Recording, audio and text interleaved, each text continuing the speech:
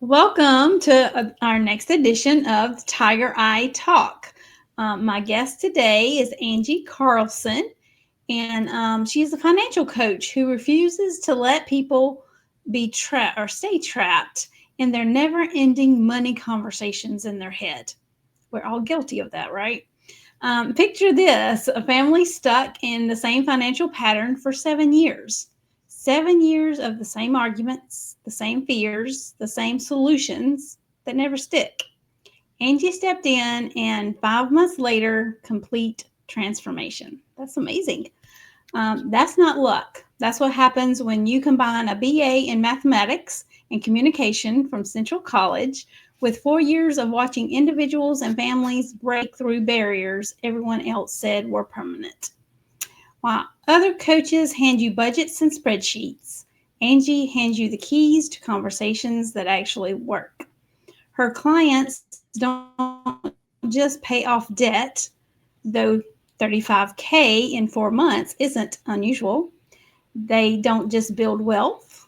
Hello, nothing in retirement, 100K going in 2024. They completely rewire how money flows through their relationships. As a wife and mother of two in Dubuque, Angie knows the midnight anxiety of wondering if you're making the right financial choices for your family. She also knows the breathtaking relief of finally having money conversations that bring you closer instead of driving you apart. Through her Agree and Achieve method, Angie helps families break free from the money rules that keep them small so they enjoy their wealth without the guilt and build relationships richer than their bank accounts. Welcome, Angie. I'm so happy that you're here with me today. Thank you. Happy to be here. If you'd like to go ahead and further introduce yourself and tell us maybe what you enjoy most about what you do for your clients. Great question. What I enjoy most is just really seeing them come in with a willingness to do things differently because they have been trying the budgets and they're like, we do it every month and it doesn't work. Or we have this great plan and then we get a flat tire or car repair or whatever wreaks havoc on it. And just being able to see like we can adapt to whatever comes our way and not let that be a detriment to our financial goals. The reason it is a detriment is that we just decide, oh, it's something that's happened and I guess I can't do anything about it. You actually can, but when you're in that moment of panic and you just see everything going wrong, you're going to keep looking for everything else that's going wrong. And so I teach my clients, how do we look at these situations like the best thing that could have happened to us as the accelerant to our financial goals? Wow, that's amazing. That is so amazing. Um, what is the number one takeaway your clients experience by working with? I'm sure you've had some amazing takeaways with clients for sure. I've had some amazing takeaways. One of the best was a single mom who came to me and she just said, everyone's given up on me. Everyone thinks I'm too far gone. My situation can't be helped. I should just file bankruptcy. And she just was absolutely refusing to do it. And when we started working together, her debt was negative 5 figures a month. She didn't even make 5 figures a month. So this was not a situation where we could just, cut the budget and make it work. Like we had to get really radical and do, gosh, I don't even remember how many things we did, but it was a lot. And by the end of our 7 months together, not only was that budget balanced, we stopped the bleeding, which resulted in her net worth going up 175K in our time together. Awesome. Wow, that is so amazing. What is something people seem to misunderstand about what you do? The biggest thing that people misunderstand about what I do is they just hear financial coach and they assume that we're just going to talk budgets. And they're like, why should we come to you? Because we can learn budgeting on YouTube. And my answer to that is, yeah, you can. That's why you don't come to me for that. What I do is we really look at, okay, what are the things that are going on that really prevent you from winning with money? And so here's just a couple examples so that people know what I mean. So like if you were growing up in a household that didn't have a lot of money, you may now believe as an adult that you're not allowed to have a lot of money either. And so you're repeating this pattern that you've seen because it's what you lived, it's your reality. But you have made a decision that that's the only option for you. You may not have made that decision like from a conscious place, it may be subconscious, but as long as you have that decision, it doesn't matter if you make 200,000 a year, 500,000 a year. you're always going to be capped by that thinking, because let's say that money comes in and you have just been used to not having a lot of money. You're going to get all that money and your body is going to just freak out to be like, what do I do with this? Who am I to deserve it? Whatever else goes through your head. And so until we start cleaning up those layers, making more money isn't going to solve your challenges, because there's just going to be another ceiling that we hit. And so that's really the work that I do with my clients. That is amazing. And there's so many people out there that have that mindset around money and the money that they make. Like you said, they could be really making some good money.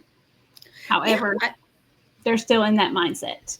Yeah. And I've had conversations with people who have multi-million-dollar net worths, and they come to me because they're just like, we don't know what to do. Everything's, we follow these plans. We have all of our debt paid off, our house is paid off, but they've never learned how to make a financial decision without having strong influences from other experts. And so they're looking at their situation going, now what? We don't have anyone to listen to. We've kind of capped out everywhere, but they also don't trust themselves to go to the next level because they didn't trust themselves going up to these multi-million-dollar levels. And so it doesn't matter if your net worth is negative 6 figures or 9 figures or beyond. This work is essential if you're going to win with money. Oh my goodness, that is powerful right there. It really, really is. What's the best compliment you've ever received from a client you work with?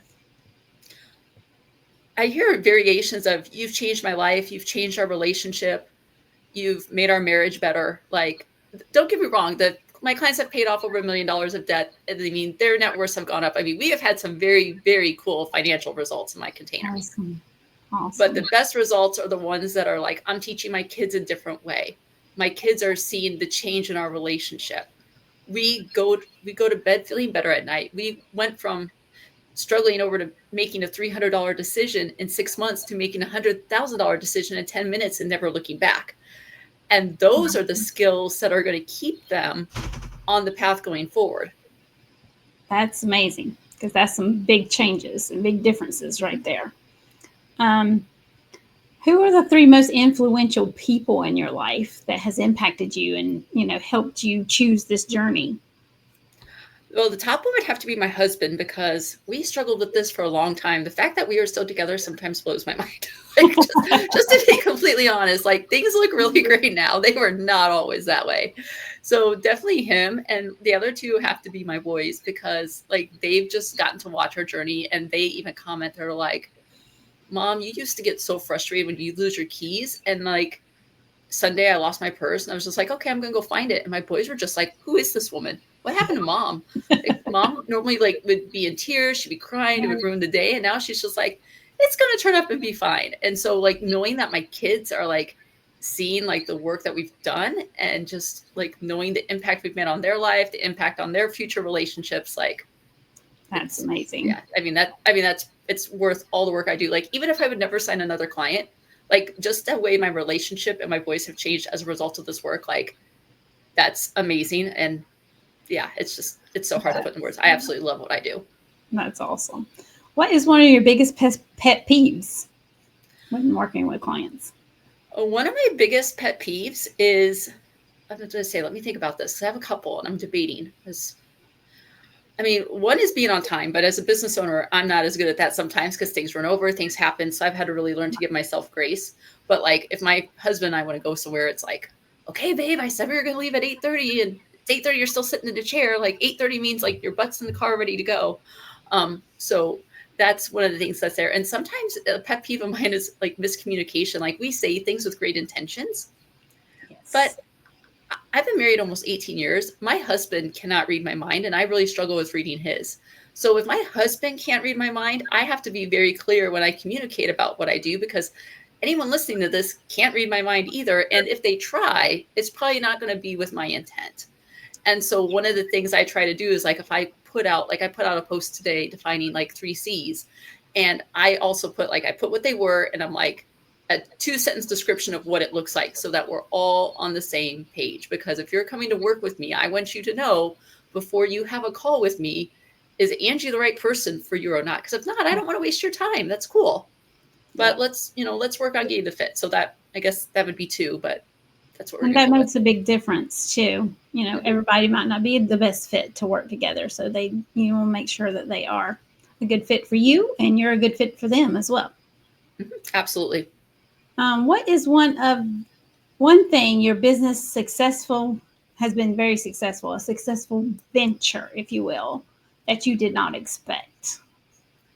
Oh gosh, what did I not expect my business? I didn't know if I'd still be here. Like when I left my day job in 2022, I went all in and I'm like, had my doubts. I wasn't sure if I was going to be here or not. And I was like, okay, we're just going to go for it and see what happens. And there's sometimes I'm in shock that I'm still in business. I'm still here. I can relate.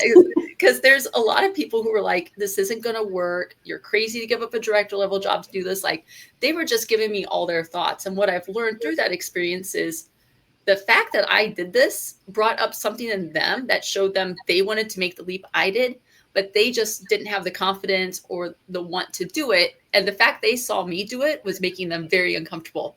And of course, as a human, when we're uncomfortable, we want to get rid of the discomfort. And what better way to get rid of the discomfort than to ask somebody else to change, not you? Yeah. It's so much simpler that way, right? Oh, it's so much easier. You say a sentence and hope someone else does the work. Like, exactly. Oh, and if you're thinking that's going to be your work, if you come work with me, don't book a call. Awesome.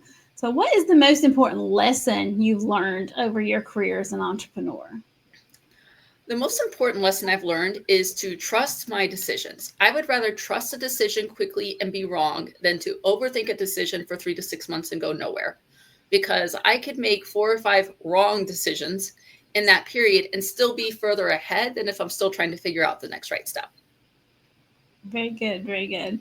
What's the best time of day that you do your work, or does it vary depending upon the clients?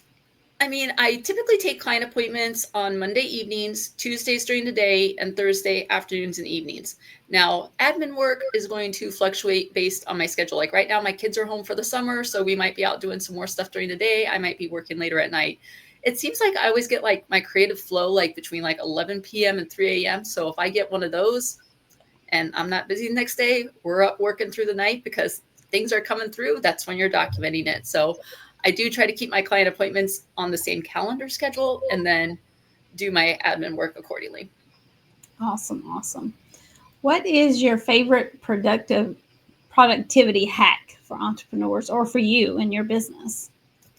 I love stacking. Like that's why I meet my clients on Monday afternoon, Tuesday, Thursday. I love stacking the calendars. I love having my Monday mornings, my Wednesdays, and my Fridays because my Wednesday afternoons I get coached. So, and that's a lot for me. That's a lot for my brain for one day. So that's why I'm like, nope, we're not doing any client appointments on Wednesdays. Usually the morning I'll go for a walk, do something with kids, and just make that my Wednesdays just because I know that's a lot. And then Fridays, it kind of depends on the Fridays. If I'm taking my kids somewhere, some Fridays I work, but booking all my stuff and really limiting my calendar to just those times for clients has been a huge productivity hack. I'd rather just be on Zoom for long periods of time and then not jump on at all versus be on here and then 2-hour break and jump here. And I completely understand that as an entrepreneur myself. So yeah. How would your family describe what you do? My family would describe what I do as life-changing. I mean, they've seen their lives change. They've seen the lives of my clients change. They are so incredibly supportive of what I do. And I know not everybody has that as an entrepreneur. And I am so blessed to be one of the entrepreneurs that does have that. Like my husband is always just like, yeah, it's like, you need to go do that. And just, he's really seeing my elevation as an entrepreneur too. It's been so much fun. Awesome. Awesome. Would you like to share anything else about your business and how you help those you work with? Yeah, I really help people with my work with them really just by looking at where they are. Like, I am not here to give you any more information or education. You have plenty of that with your finances. What I am here to do is to stop the air horn that's going off in your head every 5 seconds of, you're trying to change your mind, or what if I'm not good enough, or what did I do to deserve that? All rich people are greedy. Whatever the thought is in your head, that's like an air horn. And we need to get that air horn going off as little as possible. Because if you think of a real life air horn, if it's going off every 5 seconds, how good of decisions are you making about anything else going on? You're not, because your number one job is to stop this freaking air horn because it's driving you bonkers. And so the work we do is we get that air horn to slow down, because if it's going off every 5 or 10 seconds, 5 minutes is an improvement. 10 minutes is an improvement. An hour is an improvement. Absolutely. And that way we can up the decision-making quality, which then reduces the panic, the fear, and the stress. And then we keep repeating this cycle. And this is a cycle that's going to help you get somewhere with your money, because when things happen and you go into like that panic of, what am I going to do? Oh my God, oh my God, oh my God. Like, you don't make great decisions from that place. And I don't care if your bank account has 5 cents or 5 million. No one makes great decisions from that place. True. And so really cleaning up the decision-making first before we get into a lot of the tactical practicals with the numbers makes that part so much easier. And it's easier to the point, a lot of my clients, when they get there, they just come in, they're like, hey, Angie, here's our numbers. I know you said we were going to discuss those, but we just did it. Is that okay? And I'm like, yeah, absolutely. Like, that's what I'm coaching you to do. Like, I'm coaching you to do this yourself. So yeah, you want to do that yourself, go ahead. Because because, most people look at the numbers to determine their worth, what they should do. And that's a very restrictive lifestyle, because you can control and influence your numbers. You may not see that right now, but you can. And that's why you come to me. Wow, that's powerful. Very powerful right there. So, yes. Do you find yourself working with couples or individuals more? It's a mix. I mean, I do love my couples, just with the life I've done with my relationships.